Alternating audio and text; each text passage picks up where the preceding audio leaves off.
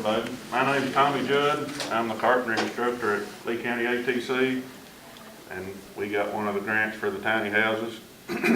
And these guys here have been doing, I let them do a lot of the work, actually most of it. But I've learned from this project too. So, and I'm like him, I've built houses for 25 years before I started teaching. And never built anything this small other than a doghouse or something. And it's a learning experience for all of us. And we found stuff that we didn't know existed for the tiny homes. And then I knew of things that they'd never known of, and they got to doing research on them. And I think we're going to end up using a lot of it. And I'm going to let them tell you a lot about what we've done.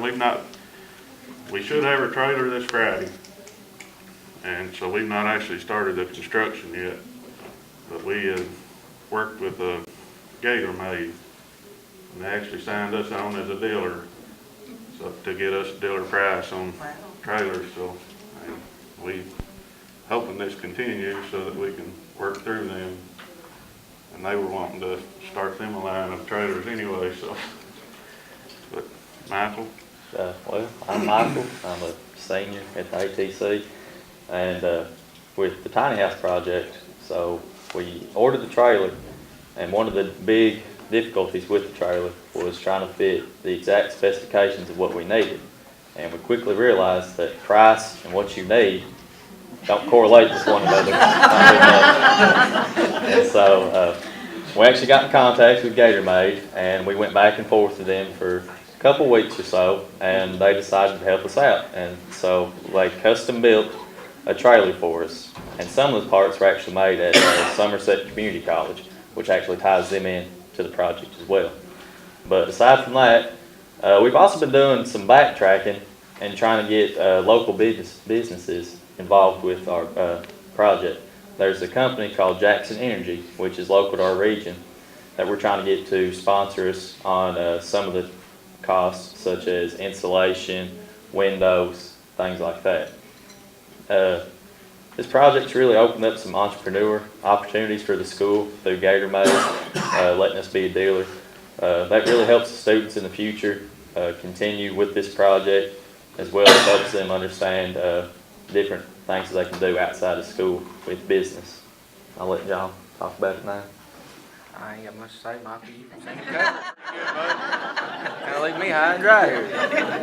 One thing that we're working on with the local energy company, I don't know how much they're going to donate to us, but we're thinking maybe doing we were going to use like the air conditioning heat unit like he's talking about, but now we're hoping to do the mini split system, which would actually be a heat pump system.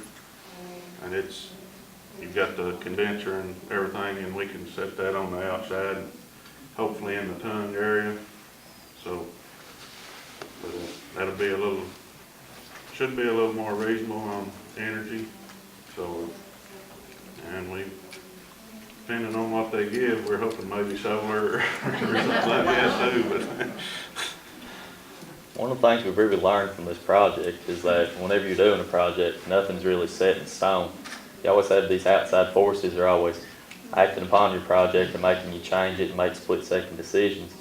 Like with our trailer, we originally wanted it to be 16 foot, but then we'd come to find out that that's not really going to be enough space for you. So the new trailer is going to be 20 foot, and so we had to adapt our design. And then part of the trailer was also weight distribution that we didn't really understand at first, but then after going back and looking at your designs, you need to realize that you need to move some things around, put some things closer to others, that way water lines don't have to travel as far as others. And then you also want comfort and accessibility for everything that's inside the trailer. You don't want it to feel too cramped, too tight, things like that. You're actually going to live in it, and you want it to feel like a home, not like a cabinet that you get shoved into. Try to use every bit of the space that you can for storage. And that's probably one of the biggest things I think there is to it.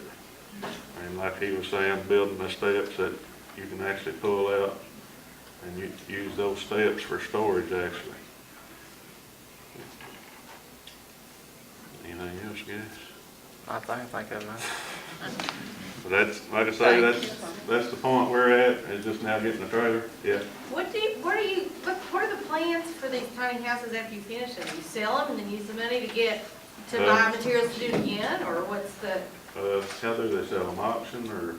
They're gonna be auctioned off on April 12th. Okay, yeah, they're gonna be auctioned off, and then the school gets We'll that. have them We here at bring the them back here in conference. April, and then they auction them, and the school gets the money back to turn into another one. Okay. Thank you all.